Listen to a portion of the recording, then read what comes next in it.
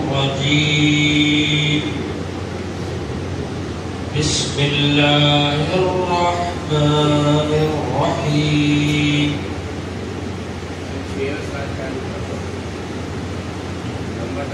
قل لا يستوي الخبيث والطيب ولو أعجبك كثرة الخبيث فاتقوا الله يا أولي الألباب لعلكم تفلحون يا أيها الذين آمنوا لا تسألوا عن أشياء إن تبد لكم تسؤكم وإن تسألوا عنها حين ينزل القرآن تبد لكم عفى الله عنها والله غفور حليم قد سألها قوم من قبلكم ثم أصبحوا بها كافرين ما جعل الله من بحيرة ولا سائبة ولا وصيلة ولا حام ولكن الذين كفروا يفترون على الله الكذب وأكثرهم لا يعقلون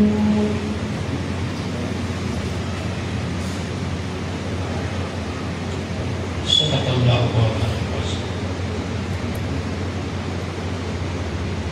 اس سے پہلے یہ بیان کیا گیا کہ اللہ جل شانہ نے کعبے کو بیت حرام کو لوگوں کے لیے قیام بنایا اور شہر حرام اور حدی اور قلائد سب کو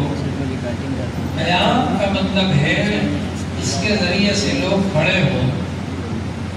اس کو قیام کہتے ہیں خانہ کعبہ امن کی جگہ ہے خانہ کعبہ کی برکت سے لوگ قائم رہتے ہیں باقی رہتے ہیں محفوظ رہتے ہیں اللہ جل شانہ نے خانہ کعبہ کو لوگوں کے لیے حفاظت کا ذریعہ بنایا اور ترقی کا ذریعہ بنایا اور ان کے لیے کامیابی کا ذریعہ بنایا اسی طرح سے شہر حرام کے اندر جو واجب الاحترام مہینے ہیں ان مہینوں میں بھی امن و امان برقرار رہتا ہے راستے پرامن رہتے ہیں تاکہ لوگوں کا حرم شریف جانا آنا آسان ہو اسی طرح سے جو قربانی کے جانور بھیجے جاتے ہیں جن کے گھروں میں ہار ڈال دیا جائے وہ بھی اور جن کے گھروں میں ہار نہ ڈالا جائے وہ بھی یہ سب جانور بھی کیونکہ پرامن رہتے ہیں کہ بھئی یہ حج کے لیے جا رہے ہیں جو لوگ حج کو جانے والے ہیں ان کے جانور ہیں قربانی کے لہذا ان کو بھی کوئی چھیڑ چھاڑ نہیں کرتا نقصان نہیں پہنچاتا تو وہ بھی ایک اللہ تعالیٰ کی نشانیاں ہیں یہ قربانی کے جانور یہ سب اس لیے ہے تاکہ تم جان لو کہ بے شک اللہ تعالیٰ جانتے ہیں وہ سب جو آسمانوں میں ہے اور زمینوں میں اور بے شک اللہ تعالیٰ ہر چیز کو خوب جاننے والے اور جان لو اس بات کو کہ بے شک اللہ تعالیٰ سخت سزا دینے والے ہیں اور بے شک اللہ تعالیٰ بہت مغفرت کرنے والے ہیں اور بہت مہربان یہ کفار مکہ جو حرم شریف کا بھی ادب و احترام نہیں کرتے تھے اور ایسے کام کرتے تھے مثلا یہ کہ حضور صلی اللہ علیہ وسلم جب حرم شریف میں نماز پڑھ رہے ہیں تو آپ کو ستانا تکلیف پہنچانا آپ کو نماز نہ پڑھنے دینا اور نماز پڑھنے کی حالت میں اوجڑی لا کر سر پر ڈال دینا رکھ دینا یہ سب حرکتیں جو وہ کرتے تھے حالانکہ حرم شریف تو ایسی جگہ تھی کہ زمانے جاہلیت میں بھی اگر کوئی اپنے باپ کا قاتل بھی وہاں مل جاتا کوئی آدمی اس کو ستاتا نہیں تھا تکلیف نہیں دیتا تھا گالی نہیں بکتا تھا مارتا نہیں تھا تو حرم شریف کی بھی پامالی ان لوگوں نے تو ظاہر بات ہے کہ اللہ جل شانہ کو غصہ آنا چاہیے اللہ جل شانہ نے ان لوگوں کو سخت سزا دینے کے بارے میں فرمایا اور پہلے جو کچھ ہو چکا اللہ تعالیٰ اس کو معاف فرما دیں گے۔ ظاہر بات ہے کہ پہلے بہت کچھ ہو چکا ہے، اگر توبہ کرو گے، استغفار کرو گے تو اللہ تعالیٰ معاف فرما دیں گے۔ ما علی الرسول الا البلاغ، رسول کا کام صرف تبلیغ کر دینے کا ہے۔ رسول پاک صلی اللہ علیہ وآلہ وسلم نے ہمارے بھیجے ہوئے احکام آپ لوگوں تک پہنچا دیے، ان کا کام پورا ہو گیا۔ اب آپ اگر ان پر عمل نہیں کرو گے تو آپ سے باز پرس ہوگی، آپ سے مواخذہ ہوگا، آپ کی گردن پکڑی جائے گی کہ آپ نے کیوں نہیں کیا یہ کام۔ جب اللہ تعالیٰ نے بتلا دیا حضور صلی اللہ علیہ وآلہ وسلم کو، اور حضور پاک صلی اللہ علیہ وآلہ وسلم نے آپ کو بتلا دیا، تو آپ نے کیوں اس کے مطابق پہ آپ نہیں کیا؟ اس پر آپ کو پکڑا جائے گا۔ تو نہیں ہے رسول کے ذمے مگر تبلیغ کر دینا، بات کو پہنچا دینا۔ واللہ یعلم ما تبدون وما تکتمون، تم جو کچھ ظاہر کرتے ہو اس کو بھی اللہ تعالیٰ جانتے ہیں، اور جو دل میں چھپا رکھا ہے اس کو بھی اللہ تعالیٰ جانتے ہیں۔ تو اللہ تبارک و تعالی حساب و کتاب لیں گے میدان حشر میں، وہاں پر سب ظاہر ہو جائے گا۔ قل لا يستوي الخبيث والطيب ولو اعجبك كثرة الخبيث، آپ فرما دیجئے کہ گندا، ناپاک اور پاکیزہ یہ دونوں برابر نہیں ہو سکتے۔ اگرچہ آپ کو اچھا لگے، پسند آئے خبیث کا زیادہ ہونا۔ خبیث کیا ہے اور طیب کیا ہے؟ بعض علماء نے فرمایا کہ خبیث سے مراد گناہ ہے اور طیب سے مراد نیکیاں ہیں۔ تو ظاہر بات ہے کہ گناہ اور نیکیاں برابر نہیں ہو سکتے۔ اگرچہ آپ کو گناہ کی زیادتی اچھی لگتی ہو، گناہ کی لذت اچھی لگتی ہو آپ لوگوں کو، یعنی ہر مخاطب سے خطاب ہے جو اس آیت کو پڑھ رہا ہے، اللہ تعالیٰ اس سے خطاب فرما رہے ہیں، اے مخاطب، اگرچہ تجھ کو اچھی لگتی ہو خبیث کی زیادتی کہ خبیث میرے پاس زیادہ ہو جائے، لیکن اللہ تعالیٰ کو خبیث پسند نہیں ہے، اللہ تعالیٰ کو تو طیب پسند ہے، پاکیزہ پسند ہے۔ تو اگر اس سے نیکیاں اور بدیاں مراد لی جائیں تو اس کا مطلب یہ ہوگا کہ اللہ تعالیٰ کو نیکیوں کی زیادتی پسند ہے، بدیوں کی، برائیوں کی زیادتی پسند نہیں۔ اور اس سے یہ بھی مراد ہو سکتا ہے کہ حلال مال اور حرام مال مراد ہے، کہ ظاہر دکھتا ہے حرام مال بڑھتا ہوا۔ آپ نے اگر حلال کمائی کی ہے، تجارت کی ہے، کھیتی کی ہے، ملازمت کی ہے، تو ظاہر بات ہے کہ اس حلال مال سے آپ کا مال بڑھ رہا ہے۔ اور کبھی ایسا ہوتا ہے کہ محنت کرنے والا یہ سوچتا ہے کہ حلال طریقے سے تو مال بہت کم مل رہا ہے، حرام طریقے سے زیادہ ملے گا، لاٹری کھل جائے گی تو ایک دن میں ہی کروڑ پتی بن جائے، لیکن وہ حرام ہے۔ سود کا قرض لے لیا جائے بہت جلدی مل جائے گا، مگر وہ حرام ہے کیونکہ اس کو سود دینا پڑے گا۔ یا سود کا پیسہ لوگوں سے دے دیا جائے، لے لیا جائے کہ صاحب آپ کو ہم نے 100 روپے دیے، اب آپ ہر مہینے 50 روپے دے دیا کرو۔ ارے یہ تو سود ہو گیا۔ سود کا لینا اور دینا دونوں منع ہے۔ رسول پاک صلی اللہ علیہ وآلہ وسلم نے ارشاد فرمایا، لعن رسول اللہ صلی اللہ علیہ وآلہ وسلم آکل الربا وموکلہ وکاتبہ وشاہدیہ۔ رسول پاک صلی اللہ علیہ وآلہ وسلم نے سود لینے والے پر اور دینے والے پر اور لکھنے والے پر اور گواہوں پر سب پر لعنت فرمائی۔ تو ظاہر ایسا لگتا ہے کہ سود سے تو روپیہ بڑھتا ہے۔ حضرت تھانوی رحمۃ اللہ علیہ نے فرمایا، ایک تو وہ آدمی ہے جو ورزش کرتا ہے اور ورزش کرنے کے بعد اس کا بدن بڑھتا ہے، موٹا تگڑا ہو جاتا ہے، اس میں طاقت ہوتی ہے۔ اور ایک وہ آدمی ہے جس کو ورم آ جاتا ہے، وہ ورم آ جانے کی وجہ سے اس کا بدن پھول جاتا ہے، تو اگر وہ کہنے لگے میں بھی بہت بڑا ہو گیا اور بہت موٹا ہو گیا تو یہ اس کی بیوقوفی ہے۔ اس لیے کہ ورم آتا ہے تو اندر بدن میں درد ہوتا ہے، تو سود کے ذریعے سے جو رقم بڑھتی ہے وہ اللہ کی ناراضگی کے ساتھ بڑھی ہے، اور اس کا نتیجہ یہ ہے کہ وہ رقم ایک دن ختم ہو جائے گی۔ یمحق اللہ الربا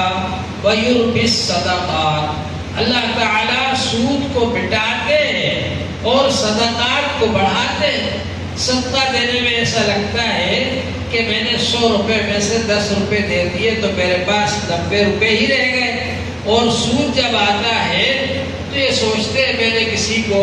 100 روپے دیے تھے قرض، اور اس میں سے 10 روپے ہر مہینے لے لیے، 100 یہ سود کے لے لیے اور وہ قرض تو لینا ہی ہے بعد میں، تو 100 دے کر کے 200 واپس لے لیے میں۔ تو اب ظاہر بات ہے کہ آدمی کو ظاہر سود بڑھتا ہوا دکھتا ہے اور صدقہ گھٹتا ہوا دکھتا ہے، مگر اللہ جل شانہ نے ارشاد فرمایا یمحق اللہ الربا ویربی الصدقات، اللہ تعالیٰ سود کو مٹاتے ہیں اور صدقات کو بڑھاتے ہیں۔ آدمی صدقات دیتا ہے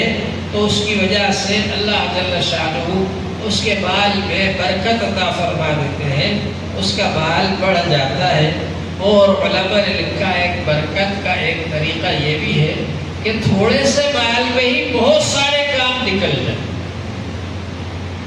مال تو اتنا ہی ہے تھوڑا سا جو حلال طریقے سے ملا، لیکن بہت سارے کام اس کے ذریعے سے اللہ تعالیٰ چلا دیتے ہیں۔ یہ اللہ تعالیٰ کا فضل ہے، یہ ہے برکت۔ اور یہ بھی اللہ تعالیٰ کا فضل ہے کہ اللہ تعالیٰ بہت ساری مصیبتوں سے بچا لیتے ہیں،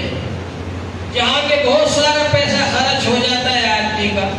لیکن وہ بڑی بڑی مصیبتوں سے اللہ تعالیٰ بچا لیتے ہیں، یہ بھی اللہ تعالیٰ کا فضل ہے۔ تو بہرحال خبیث کو اللہ تعالیٰ پسند نہیں فرماتے، خبیث اور طیب یہ دونوں برابر نہیں ہو سکتے، اگرچہ آپ کو خبیث کا زیادہ ہونا یعنی حرام مال کا زیادہ ہونا آپ کو اچھا لگے۔ فاتقوا اللہ، تو اللہ سے ڈرو، یا اولی الالباب، اے عقل والو، لعلکم تفلحون، تاکہ تم کامیاب ہو جاؤ۔ یہ اس لیے بتایا گیا آپ کو تاکہ آپ کامیاب ہو جاؤ دنیا میں بھی اور آخرت میں بھی۔ جو لوگ دین پر عمل کرتے ہیں، جو لوگ شریعت کے مطابق عمل کرتے ہیں، دنیا میں بھی اللہ تعالیٰ کی طرف سے ان کو کامیابی ملتی ہے اور آخرت میں بھی کامیابی ملے گی۔ اب اس کے بعد میں یہ بتلایا جا رہا ہے کہ بے تکے سوالات نہ کیا کرو۔ حجۃ الوداع کے موقع پر ایک صحابی ہے حضرت اقرع ابن حابس، دیہات کے رہنے والے تھے، حضور صلی اللہ علیہ وسلم کے پاس آئے حجۃ الوداع کے موقع پر، اور یہ پوچھا انہوں نے، جب حضور صلی اللہ علیہ وآلہ وسلم نے فرمایا کہ حج فرض ہے تم لوگوں پر، تو وہ کھڑے ہو گئے اور پوچھا کیا اسی سال فرض ہے یا ہر سال ہے؟ حضور صلی اللہ علیہ وآلہ وسلم خاموش ہو گئے، کوئی جواب نہیں دیا۔ پھر انہوں نے پوچھا کیا اسی سال ہے فرض یا ہر سال ہے؟ پھر حضور صلی اللہ علیہ وآلہ وسلم خاموش ہو گئے، کوئی جواب نہیں دیا۔ پھر انہوں نے پوچھا کیا اسی سال فرض ہے یا ہر سال ہے؟ تو حضور صلی اللہ علیہ وآلہ وسلم نے فرمایا ہر سال فرض نہیں ہے، اور ایسی بات نہ پوچھا کرو جس کی وجہ سے تمہارے پوچھنے کی وجہ سے پوری امت مشقت میں مبتلا ہو جائے۔ اگر میں نام کہہ دیتا کہ ہاں ہر سال فرض ہے تو ساری امت پر ہر سال حج فرض ہو جاتا اور لوگ کیسے پہنچتے۔ تو ایسی باتیں نہ پوچھا کرو جس کی وجہ سے امت مشقت میں مبتلا ہو جائے۔ اور اللہ جل شانہ نے فرمایا یا ایھا الذین آمنوا، اے ایمان والو، لا تسألوا عن اشیاء، ایسی چیزوں کا سوال نہ کرو ان تبد لکم تسوکم، اگر تمہارے لیے ظاہر کر دیا جائے تو تم کو بری لگے گی۔ وہ ایک صاحب کھڑے ہو کر پوچھنے لگے میرا باپ کون ہے؟ حضور پاک صلی اللہ علیہ وسلم نے فرمایا ایسی باتیں نہ پوچھا کرو کہ اگر ظاہر کر دی جائے تو تم کو برا لگے۔ وَإِن تَسْأَلُوا عَنْهَا حِينَ يُنَزَّلُ الْقُرْآنُ تُبْدَ لَكُمْ، اللہ تعالیٰ نے فرمایا اگر یہ بے تکے سوالات ایسے وقت میں کرو گے جب قرآن پاک نازل کیا جا رہا ہے تو اللہ تبارک و تعالیٰ جو احکام نازل ہوئے ان کو بھی بدل دے گی، دوسرے احکامات آ جائیں گے، سخت احکامات آ جائیں گے۔ پچھلی امتوں نے یہی کیا کہ جب نبیوں نے احکام بیان کیے انہوں نے سوال جواب شروع کر دیے، ان سوالات کا نتیجہ یہ ہوا کہ سختی ہوتی چلی گئی، سختی ہوتی چلی گئی۔ سورہ بقرہ میں آپ سن چکے ہیں کہ حضرت موسیٰ علیہ السلام نے جب فرمایا کہ ایک شخص کو کسی نے قتل کر دیا تھا، اب یہ پتہ ہی نہیں تھا کس نے قتل کیا ہے، اب کیا کیا جائے، کیسے قاتل کا پتہ چلایا جائے؟ تو حضرت موسیٰ علیہ السلام نے اللہ تعالیٰ سے دعا کی، اللہ تعالیٰ نے فرمایا اسے کہو کہ ایک گائے کو ذبح کر دے اور اس گائے کا ایک حصہ لے کر، ایک عضو لے کر جو مقتول ہے اس کی لاش پر لگا دے تو وہ زندہ ہو جائے گا اور وہ خود ہی پتہ بتا دے گا کس نے اس کو قتل کیا ہے۔ اب بجائے اس کے کہ گائے کو لاتے ذبح کر دیتے، اس کا ایک عضو لے کر کے اس کو لگا دیتے، اب سوال جواب شروع کر دیے۔ بنی اسرائیل تو تھے ہی بہت ایسے ہی لوگ۔ تو جب اللہ تعالیٰ نے فرمایا ان اللہ یامرکم ان تذبحوا بقرہ، اللہ نے حکم فرمایا کہ گائے ذبح کرو۔ اب وہ کہنے لگے کہ وہ گائے کا رنگ کیسا ہوگا، گائے کی عمر کتنی ہوگی، کیسی ہوگی گائے، رنگ کیسا ہوگا اس کا، کس طرح کی ہوگی، اتنے سوالات کیے، اتنے سوالات۔ اللہ تعالیٰ کی طرف سے جوابات آتے گئے، اب وہ جوابات آنے میں معاملہ سخت ہوتا چلا گیا، سخت ہوتا چلا گیا۔ علماء نے لکھا ہے کہ اگر وہ کسی بھی گائے کو ذبح کر دیتے تو کافی ہو جاتی، لیکن اب جب انہوں نے سوال کر کے جواب آتے چلے گئے، اللہ تعالیٰ کی طرف سے معاملہ اتنا سخت کر لیا، بہت تلاش کرنے کے بعد ایک گائے ملی صرف۔ اب جب ایک آدمی کے پاس ہو ایسی چیز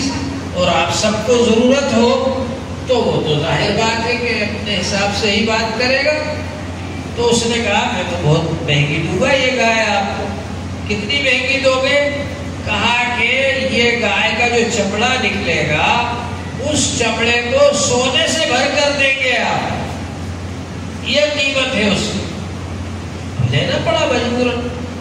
چنانچہ وہ گائے لی۔ اب جب اس کو ذبح کیا اور اس کی زبان کو لے کر کے مقتول کی لاش پر لگایا تو اٹھ کر کھڑا ہو گیا اور اس نے بتا دیا قاتل کا پتہ کہ میرے بھتیجے نے مجھے قتل کیا۔ اس کے بعد ختم ہو گئے۔ تو خیر میں کہہ رہا تھا جب سوالات کیے جاتے ہیں ایسے وقت میں جب کہ اللہ کی وحی نازل ہو رہی ہے تو اللہ کی طرف سے وہ جواب آ جاتا ہے اور سختی میں مبتلا ہو جاتے ہیں لوگ۔ ایسے سوالات نہیں کرنا چاہیے اور لایعنی سوالات تو کرنا ہی نہیں چاہیے۔ من حسن اسلام المرء ترکہ ما لا یعنیہ، آدمی اچھا مسلمان وہ ہے جو کہ لایعنی باتیں، لایعنی سوال نہ کرے، لایعنی باتوں کو ہی چھوڑ دے، وہ بیکار باتیں، بے فائدہ باتیں ان کو چھوڑ دو۔ وَإِن تَسْأَلُوا عَنْهَا، اور اگر سوال کرو گے ان کے بارے میں، حِينَ يُنَزَّلُ الْقُرْآنُ، جس وقت کے قرآن نازل کیا جا رہا ہے، تُبْدَ لَكُمْ، تمہارے لیے ان احکام کو بدل دیا جائے گا، سخت احکام آ جائیں گے۔ پچھلی امتوں میں یہی ہوا، جب انہوں نے سوالات کیے سخت احکامات آ گئے۔ عفا اللہ عنہا، پچھلے جو ہو چکے اللہ نے ان کو معاف کر دیا۔ صحابہ اکرام سے اللہ تعالیٰ کو اتنا انعام پیار ہے، اگر کوئی غلطی ہو بھی گئی تو اللہ تعالیٰ نے فوراً فرما دیا چلو ہم نے معاف کر۔ صحابہ اکرام کی اگر کسی غلطی کا ذکر آیا قرآن پاک میں تو اللہ تعالیٰ نے اس کے بعد فرما دیا کہ ہم نے معاف کر واللہ غفور حلیم، اور اللہ تعالیٰ تو بہت معاف کرنے والے ہیں اور بڑے بردبار ہیں، بہت برداشت کرنے والے ہیں۔ اللہ تبارک و تعالیٰ بڑی مغفرت فرمانے والے ہیں۔ اب اس کے بعد فرماتے ہیں قَدْ سَأَلَهَا قَوْمٌ مِّن قَبْلِكُمْ، تم سے پہلے ایک امت نے، ایک جماعت نے سوال کیا تھا اپنے نبی سے، ثُمَّ أَصْبَحُوا بِهَا كَافِرِينَ، اور جب اللہ نے احکامات دیے ان کو، سخت احکامات، تو ان کا انکار کرنے لگے وہ لوگ، ان احکامات کا انکار کرنے لگے کہ ہم یہ کام نہیں کر سکتے۔ پوچھا ہی کیوں تھا پہلے؟ جب شروع میں آسان احکام آئے تھے اس میں کھود کریدی نہیں کرنا چاہیے تھی، جب کھود کرید کی تو احکام سخت ہو گئے۔ اب اس کے بعد یہاں پر یہ بتایا جا رہا ہے ما جعل اللہ من بحیرۃ ولا صائبۃ ولا وصیلۃ ولا حام ولكن الذین کفروا یفترون علی اللہ الکذب وَأَكْثَرُهُمْ لَا يَعْقِلُونَ۔ اللہ تبارک و تعالی نے نہیں بنایا تمہارے اوپر، اللہ نے مقرر نہیں کیے بحیرہ اور صائبہ اور وسیلہ اور حامی، یہ جانور تھے جن جانوروں کو وہ اپنے بتوں کے نام پر چھوڑ دیا کرتے تھے۔ بحیرہ وہ اونٹنی ہے، وہ جانور ہے جس کے بارے میں انہوں نے کہہ دیا اس کا دودھ نکال کر بتوں پر چڑھایا جائے گا، بتوں کے لیے وقف ہے اس کا دودھ، ہم نہیں پیے گے، اس کو بحیرہ کہتے ہیں۔ اسی طرح سے صائبہ، آج کل جو ساٹھ ہوتا ہے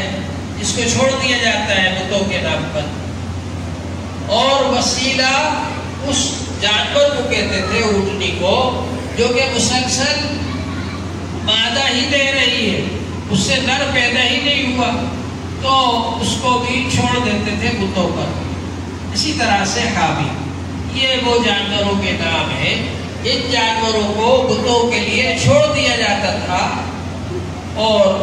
یہ سوچ لیا جاتا تھا کہ اب ہم اس سے فائدہ حاصل نہیں کریں گے، اور یہ اپنی طرف سے کام کرتے تھے، اللہ نے نہیں کہا کہ ایسا کرو، اور کہتے کیا تھے؟ اللہ نے کیا ہے، اللہ نے یہ فرمایا ہے کہ یہ جانوروں کو چھوڑ دو بتوں کے نام پر، لا حول ولا قوت، اللہ نے تو بتوں سے ہی منع کیا، اللہ نے تو یہ فرمایا بتوں کی پوجا مت کرو، بتوں کی پوجا کرتے ہو اور ان کے لیے یہ جانوروں کو بھی چھوڑ دیتے ہو۔ وَلَٰكِنَّ الَّذِينَ كَفَرُوا، لیکن وہ لوگ جنہوں نے کفر کیا، يَفْتَرُونَ عَلَى اللَّهِ الْكَذِبَ، اللہ پر جھوٹ باندھتے ہیں کہ اللہ نے ایسا کہا ہے، اللہ نے نہیں کہا یہ۔ وَأَكْثَرُهُمْ لَا يَعْقِلُونَ، اور ان میں سے اکثر لوگ عقل نہیں رکھتے۔ اللہ تبارک و تعالی ہم سب کو عمل کی توفیق عطا فرمائے۔